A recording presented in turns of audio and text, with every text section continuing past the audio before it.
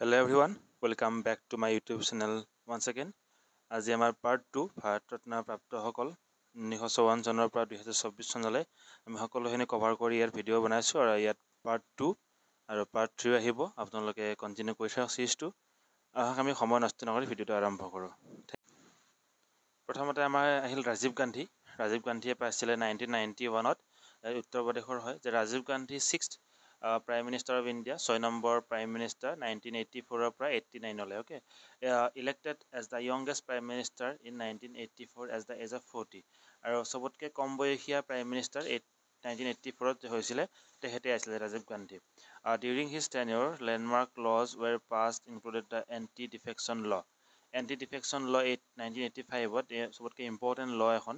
anti-defection law কি জানাবচোন আপোনালোকে জানে যদি বাৰু জানিলে মই বাৰু লৰ ওপৰত যেতিয়া ভিডিঅ' বনাম তেতিয়া বাৰু মই কৈ দিম বাৰু এখন কি ল হয়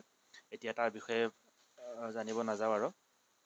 তেহেতৰ দিনত মানে সবতকে ইম্পৰ্টেণ্ট ল এখন পাছ হৈছিলে বল্লভভাই পেটেল এতিয়া আমি এখেতক জানোৱে আমি লৌহ মানৱ বুলি জানো 1991তে পাইছিলে গুজৰাটৰ হয় যে Sardar Patel widely known as the Iron Man of India লৌহ মানৱ Iron Man of India independence activist and the first deputy prime minister of India আৰু first deputy prime minister 1947 পৰা 50 লৈকে ঠিক আছে post independence work with PV Memnon toward dissolving 555 princely state into Indian Union মানে তেখেতে কি হল যেতিয়া ব্ৰিটিছসকলে স্বাধীনতা দি গ'ল তেতিয়া বহুতো প্ৰিন্সলি ষ্টেট আছিল ন তেতিয়া মানে সেইবিলাক ইণ্ডিপেণ্ডেণ্ট হৈ আছিল যে ইণ্ডিয়াৰ লগত থাকিব নে পাকিস্তানৰ লগত যাব সেইবিলাক মানে সেই বিষয়টো সম্ভালাৰ কাৰণে বল্লভভাই পেটেলৰ দায়িত্ব দিয়া হৈছিল আৰু তেখেতে এনেকুৱাকৈ সম্ভালিছিল যে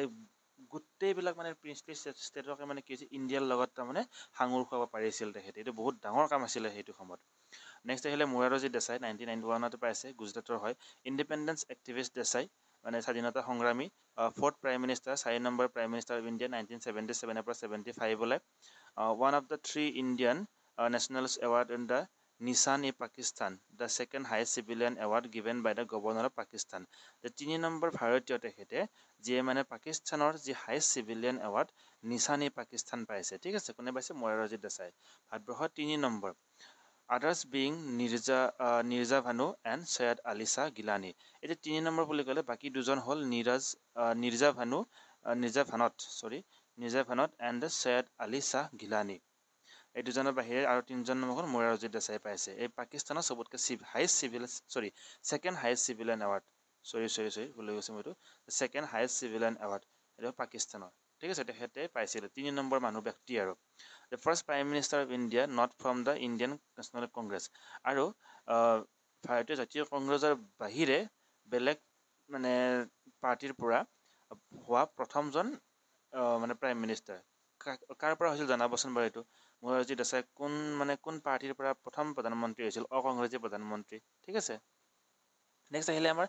আবুল কালাম আজাদ 1992 পাইছিলে আবুল কালাম আজাদ ওয়েস্ট বেংগলৰ হয় যে মৌলানা আজাদ ইণ্ডিপেণ্ডেণ্ট এক্টিভিষ্ট মানে স্বাধীনতা সংগ্ৰামী India's first minister of education the first minister of education কোন হয় Abul Kalam Azad work toward free primary education মানে প্ৰাইমাৰী এডুকেশ্যনটো ফ্ৰী কৰাৰ কাৰণে তেখেতে বহুত কাম কৰিছিল আৰু সেই সময়ত widely known as the Maulana Azad বুলি জনা যায় তেখেতক আবু কালাম আজাদক মানে ৱাইডলি নন আৰু মানে জানে আৰু তেখেতক কেনেকৈ জানে his birthday on 11 November is observe as national education day in India আৰু তেখেতৰ জন্মদিনটো 11 নৱেম্বৰটো কি হিচাপে পালন কৰা হয় নেশ্যনেল এডুকেশ্যন ডে হিচাপে ইণ্ডিয়াত পালন কৰা হয় নেক্সট আহিল JRD Tata 1992 Maharashtra JRD Tata industrialist philanthropist aviation pioneer মানে টাটা ইণ্ডাষ্ট্ৰিয়েলিষ্ট হয় আৰু ফিলান্থ্ৰপিষ্ট মানে হ'ল এই আৰু তাৰমানে দানবীৰ বুলি কয় যে দান দিয়া এনেকুৱা তাৰমানে বুজায় আৰু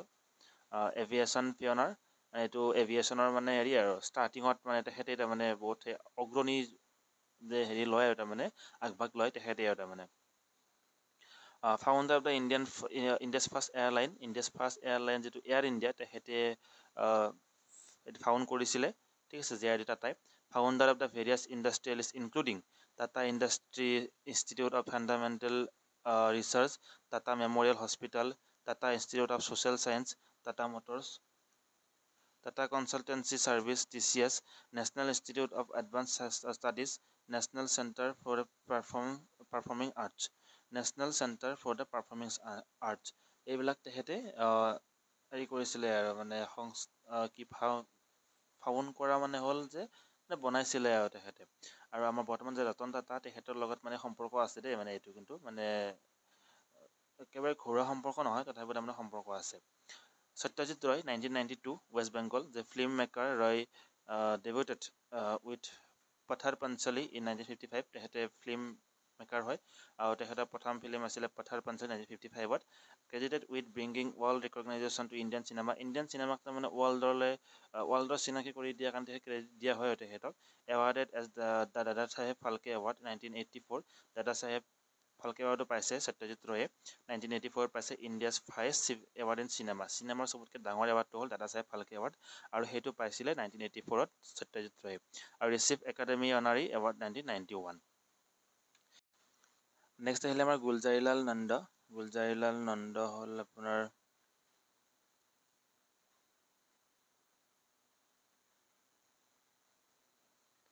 1997ত পাইছে পাঞ্জাবৰ হয় যে ইণ্ডিপেণ্ডেণ্ট এক্টিভিষ্ট স্বাধীনতা সংগ্ৰামী হয় 2 time interim prime minister of India 1964 আৰু 66ত ইণ্টাৰিম মানে হ'ল যে এজন প্ৰাইম মিনিষ্টাৰ হোৱাৰ পৰা আন এজন প্ৰাইম মিনিষ্টাৰ মানে হোৱালৈকে মাজৰ যিখিনি সময় মানে কেতিয়াবা কি হয় এজন প্ৰাইম মিনিষ্টাৰৰ কি হয় মানে টাৰ্ম শেষ নোহোৱাৰ আগতে কিবা হয়তো ডেথ হ'ল বা কিবা হ'ল তেনেকুৱা কাৰণত যদি মানে স্পেচ হয় আৰু কেতিয়াবা 2 মাহ 3 মাহ তেনেকুৱা স্পেচ হ'বও পাৰে ন বৰ্তমান যে বাংলাদেশত যিটো হৈ আছে যে শ্বেখ হাছিনা যিটো পদত্যাগ দিব লগা বাধ্য হ'ল তেতিয়াতো ইলেকশ্যন হোৱা নাই তো এতিয়া কোনে চলাই আছে সেই যিজন চলাই আছে তেখেতক এতিয়া ইণ্টাৰিম মানে প্ৰাইম মিনিষ্টাৰ বুলি কোৱা হয় ঠিক আছে নোবেল প্ৰাইজ পাইছে যে তেখেতৰ নামটো মেনশ্যন কৰিবচোন কোন হয় 2 time deputy chairman of planning কমিশ্যনাৰো কি হয় ডেপুটি চেয়াৰমেন হৈছে 2 টাইমছ অৰুণা আছাফ আলী ৱেষ্ট বেংগল হয় 1997তে পাইছে ইণ্ডিপেণ্ডেন্স এক্টিভিষ্ট এইটো স্বাধীনতা সংগ্ৰামীয়ে হয় known for hoisting the Indian flag in Bombay during the Quit India movement আৰু তেখেতক মানে কিহৰ কাৰণে জনা যায় যে ইণ্ডিয়ান ফ্লেগ বম্বেত যেতিয়া কুইট ইণ্ডিয়া মুভমেণ্ট 1942 তেতিয়া মানে হষ্ট কৰিছিলে ঠিক আছে অৰুণা আছাফ আলীয়ে post independence elected as the Delhi's first mayor in 1958 post independence মানে হ'ল স্বাধীনতাৰ পিছত আৰু elected as the Delhi's first mayor দিল্লীৰ প্ৰথম মেয়ৰ আছিলে অৰুণা আছাফ আলী 1958ত APJ আব্দুল কালাম তেখেতৰ বিষয়েটো ক'বলৈ ভাষাই নাই বাৰু তথাপি অলপ ইম্পৰ্টেণ্ট কিছুমান চাই লওঁ তামিলনাডু তেখেতৰ প্ৰতিটো খোজেই বাৰু ইম্পৰ্টেণ্ট আমাৰ ভাৰতবৰ্ষৰ কাৰণে প্ৰতিটো খোজেই ইম্পৰ্টেণ্ট তথাপি তাৰ ভিতৰত আমি অলপমান চাই লওঁ APJ Abdul Kalam aerospace and defence scientist aerospace মানে হ'ল মহাকাশ যিটোহে আৰু তাৰ আৰু লগতে ডিফেন্স চাইণ্টিষ্ট আছিলে involve in the development of India's first satellite launch vehicle SLV-3 ডেভেলপমেণ্টতে তেখেতে ইনভলভ আছিল আৰু architect of the integrated guided missile development programme তেখেতে আৰ্কিটেক্টটো আছিলে যে ইণ্টিগ্ৰেটেড গাইডেড মিছাইল ডেভেলপমেণ্ট প্ৰগ্ৰেমৰ work for the Indian National Committee for Space Research Indian Space Research Organisation Defence research and Development Laboratory appointed as the scientific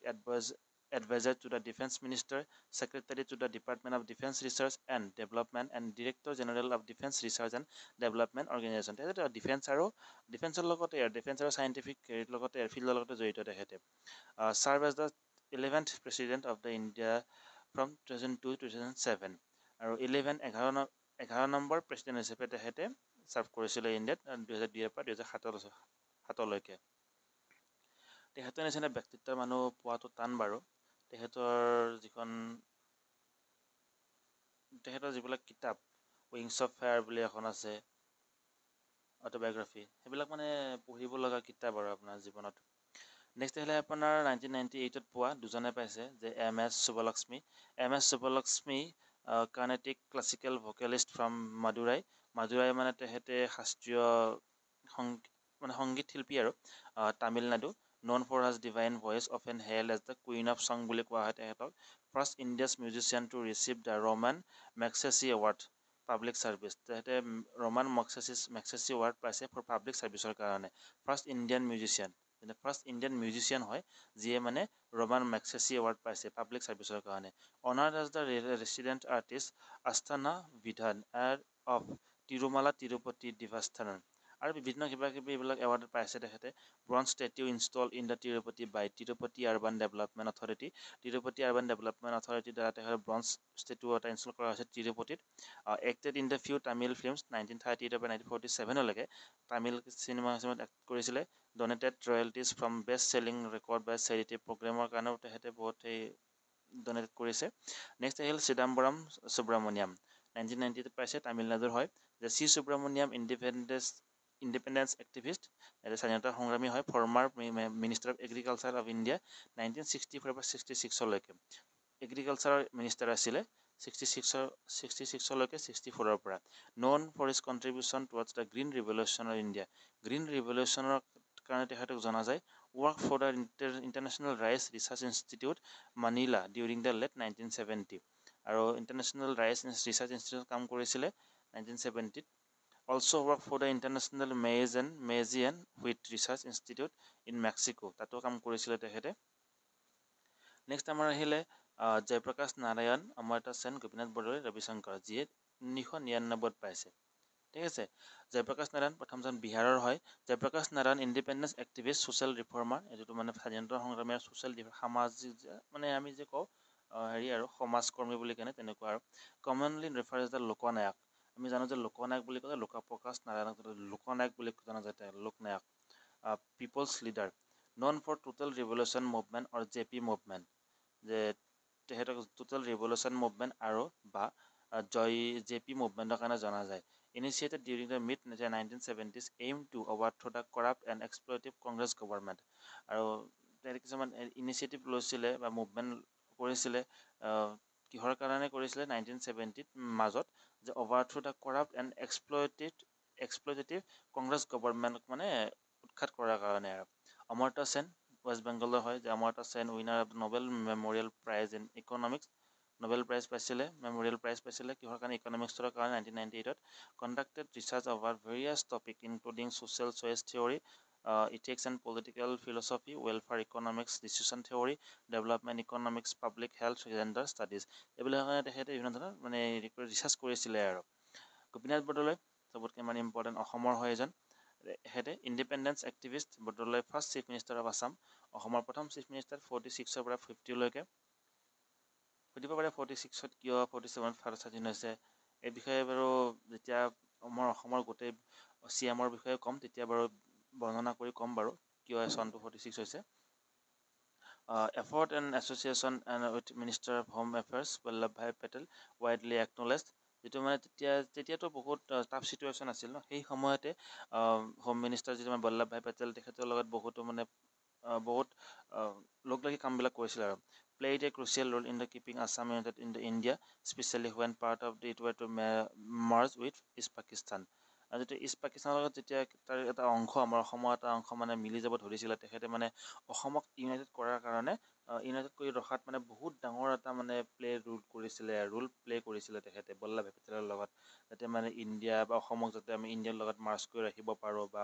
যাতে পাকিস্তানৰ লগত merge নহয়, সেই ক্ষেত্ৰত মানে বহুত মানে এটা ডাঙৰ এটা ৰোল প্লে কৰিছিলে। ৰবিশংকৰ চিটাৰ প্লেয়াৰ হয়, winner of the 4 Grammy award পাইছে, উত্তৰ প্ৰদেশৰ হয় তেখেতে ৰবিশংকৰে। Often consider the world best known exponent Hindustani classical music, আৰু চবতকৈ মানে জনা বুলি ধৰা হয় আৰু তেখেতক Hindustani classical music world best ধৰা হয়। Known for the collaborative work with western musicians including Yehudi Menuhin and George Harrison, মানে এই দুজন ব্যক্তিৰ লগত তেখেতে মানে কলাবৰেশ্যনৰ কাৰণে তেখেতক মানে বেছি জনা যায় আৰু আজিলৈ আমাৰ এইখিনিয়ে আছিলে। Thank U. আৰু পাৰ্ট 3 এটা আহি আছে, আপোনালোকে চাব নিশ্চয়, আৰু যদি মোৰ চেনেলটো এতিয়ালৈ ছাবস্ক্ৰাইব কৰা নাই ছাবস্ক্ৰাইব কৰি দিব। এইটো আপোনালোকৰ কাৰণে সম্পূৰ্ণ বিনামূলীয়া, কিন্তু মোৰ কাৰণে মোৰ ভিডিঅ' বনাবলৈ মানে অলপ উৎসাহিত হোৱা যেন অনুভৱ হয়, সেয়ে it's humble request, please subscribe my channels and চাই যাব ভিডিঅ'বোৰ, আৰু কিবা কমপ্লেইন থাকিলে মোক কমেণ্টত জনাই দিব, সেইটো ইমপ্ৰুভ কৰিবলৈ নিশ্চয় চেষ্টা কৰি যাম। Thank U.